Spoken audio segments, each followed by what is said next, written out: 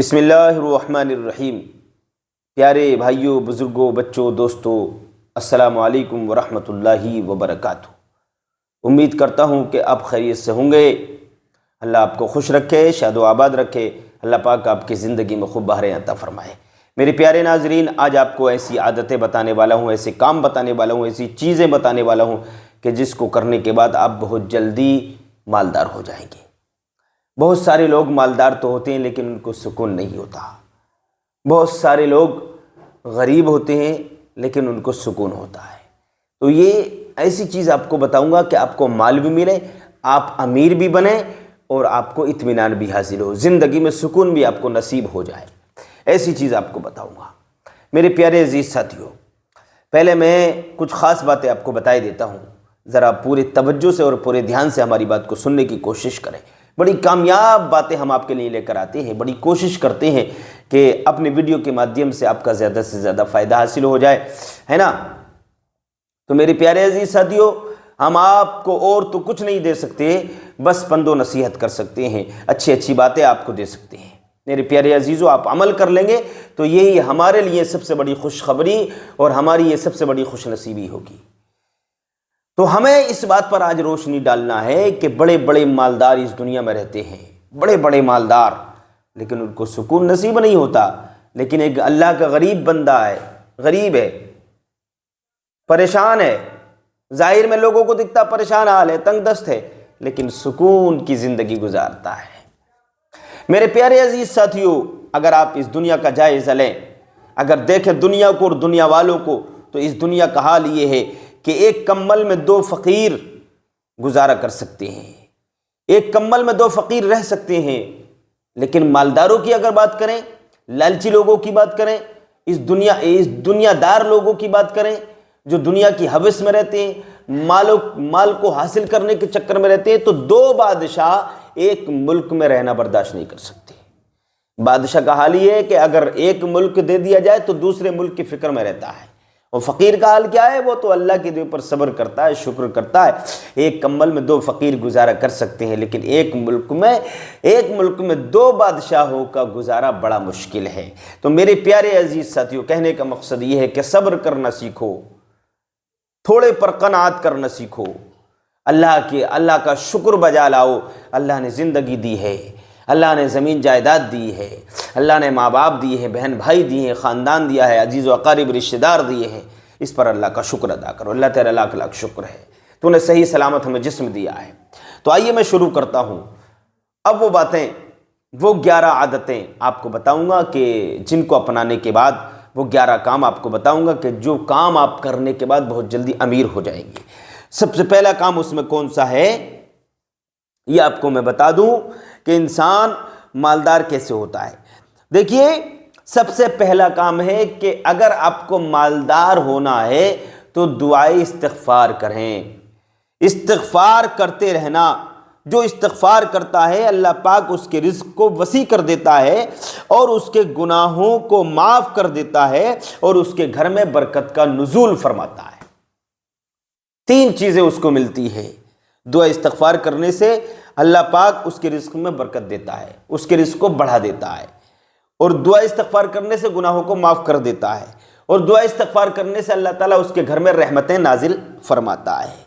Number 2، تنہائی میں گناہوں سے بچتے رہنا۔ جس طرح تم لوگوں کے سامنے گناہوں سے بچتے ہو، تو اس طرح تنہائی میں بچو۔ تو بندہ تنہائی میں گناہوں سے بچتا ہے تو اللہ پاک اس کی عمر میں برکت عطا فرماتا ہے، اور وہ حقیقت میں بندہ مومن بن جاتا ہے۔ سمجھے؟ تو اس بات پر ضرور عمل کریں۔ یعنی جس طرح آپ ظاہر میں گناہوں سے بچتے ہیں، ظاہر میں گناہوں سے بچتے ہیں، تو تنہائی میں بھی، اکیلے پن میں بھی، گوشے میں بھی، اکیلے پن میں، تنہائی میں بھی گناہوں سے بچیں۔ میرے پیارے عزیز ساتھیوں، انسانیت کا تقاضا یہ ہے، ہمارا مذہب اسلام یہ سکھاتا ہے۔ ایک سبق آپ کو دے رہا ہوں، مذہب اسلام سبق سکھاتا ہے، اور کتابوں کے اندر لکھا ہے، ہمارے نبی کریم صلی اللہ تعالیٰ علیہ وسلم کا اخلاق کریمانہ میں یہ بات ملتی ہے، آپ کی سیرت میں یہ بات ملتی ہے کہ انسان کا باطن اس کے ظاہر سے بھی اچھا ہونا چاہیے۔ انسان کا جو اندر ہے نا باطن، ایک ہوتا ظاہر ایک ہوتا باطن۔ ظاہر میں تو نمازیں بھی پڑھتا ہے، ظاہر میں تو زکوٰۃ بھی دیتا ہے، روزہ بھی رکھتا ہے، لیکن اندرونی حالات بڑے خراب ہیں۔ کسی سے بغض رکھتا ہے، حسد رکھتا ہے، عادت خراب ہے، جلن رکھتا ہے، اپنے سے کم پیسے والوں کو حقیر سمجھتا ہے دل ہی دل میں، اور ظاہر میں تو مصافحہ کر لیتا ہے، سلام کر لیتا ہے، لیکن دل میں نفرت ہے۔ تو یہ چیز اس کو جہنم میں لے جائے گی، یہ عادتیں اس کو جہنم میں لے جائیں گی۔ میرے عزیزو، اسلام ہمیں یہ سکھاتا ہے کہ انسان کا جیسا ظاہر ہے اس سے بھی اچھا اس کا باطن ہونا چاہیے، تو وہ مومن کامل ہے۔ تو میرے پیارے عزیز ساتھیو، تو نمبر 2، جیسا تنہائی میں یعنی ظاہر میں گناہوں سے بچتے ہو، ایسے تنہائی میں بھی بچو، تو اللہ تعالیٰ آپ کے گھر میں برکت عطا فرمائے گا۔ نمبر 3، اللہ پر توکل کرنا۔ اللہ پر توکل کرنے سے بھی انسان بہت جلدی مالدار ہو جاتا ہے۔ نمبر 4، پڑھنے والے طلبہ پر خرچ کرنا، کفایت کرنے پر اللہ کی رحمت ہوتی ہے۔ سمجھے؟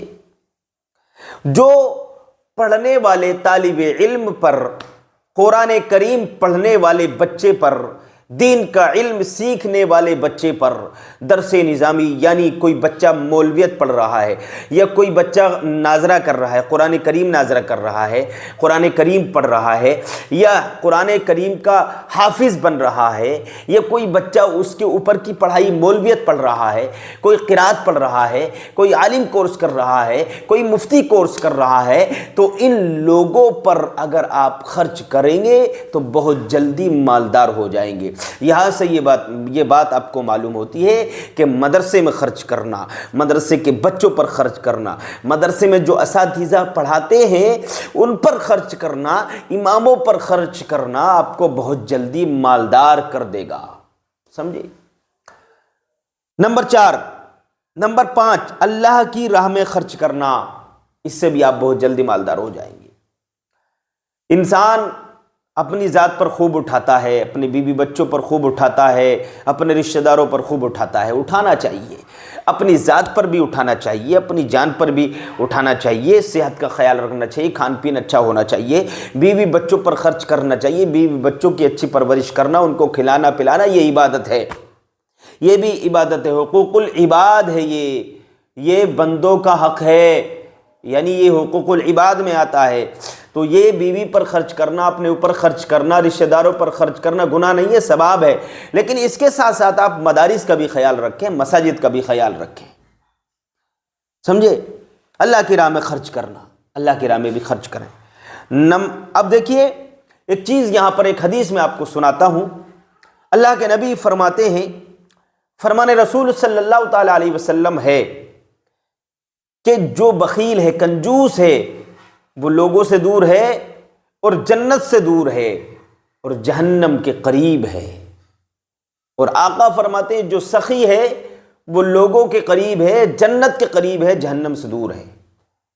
بعض لوگ ہوتے ہیں نا سیانے کنجوس قسم کے، مکھی چونس سوم جن کو بولتے ہیں، بالکل صاف خرچہ ہونا نہیں چاہیے، ادھر ادھر سے فطرہ زکوٰۃ تو خوب اکٹھا کرتے ہیں، ہے نا، اور ادھر ادھر کا مال مل جائے، حرام مال مل خوب جو ہے اکٹھا کر لیتے ہیں، لیکن جب مسجد کا معاملہ آتا ہے، مدرسے کا معاملہ آتا ہے، کسی غریب پر خرچ کرنے کا معاملہ آتا ہے، کسی اچھی جگہ پر خرچ کرنے کا معاملہ آتا ہے تو کنجوس بن جاتے ہیں، نہیں نکالتے پیسہ۔ تو اللہ کے نبی فرماتے ہیں کنجوس بخیل انسان لوگوں سے دور ہے، جنت سے دور ہے، جہنم کے قریب ہے۔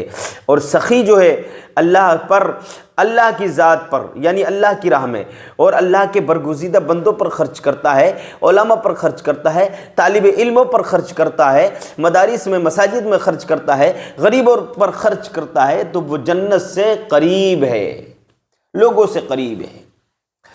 اب دیکھیے نمبر 6، قناعت کرنے والا بہت جلدی مالدار ہو جائے گا، صبر کرنے والا بہت جلدی مالدار ہو جائے گا۔ نمبر 7، اپنے گھر میں قرآن پاک پڑھتے رہنا، اس سے بھی گھر میں مالداری آتی ہے۔ ماں باپ کے ساتھ حسن سلوک کرنا، اس سے بھی گھر میں مالداری آتی ہے۔ نمبر 9، نماز کی پابندی کرنا، اس سے بھی گھر کے اندر برکت ہوتی ہے، مالداری آتی ہے، امیری آتی ہے۔ نمبر 10، سورہ واقعہ کی تلاوت کرنا، سورہ واقعہ کی تلاوت کرنے سے بھی امیری آتی ہے، مالداری آتی ہے۔ تو یہ عادتیں، یہ کچھ عادتیں میں نے آپ کے سامنے رکھی ہیں اور کچھ باتیں بھی آپ کو بتائی ہیں۔ امید کرتا ہوں یہ باتیں آپ کی سمجھ میں آ چکی ہوں گی، اور عمل کریں، اور عمل کر کے اپنی زندگی کو اچھا بنائیں، اپنی آخرت بنائیں، اپنی قبر کو اچھا کریں، حشر کی زندگی، قبر کی زندگی کو اچھا کر لیں، تاکہ آپ کو میدان محشر میں جنت کا ٹکٹ مل جائے، پروانہ مل جائے، نبی کا پڑوس اللہ پاک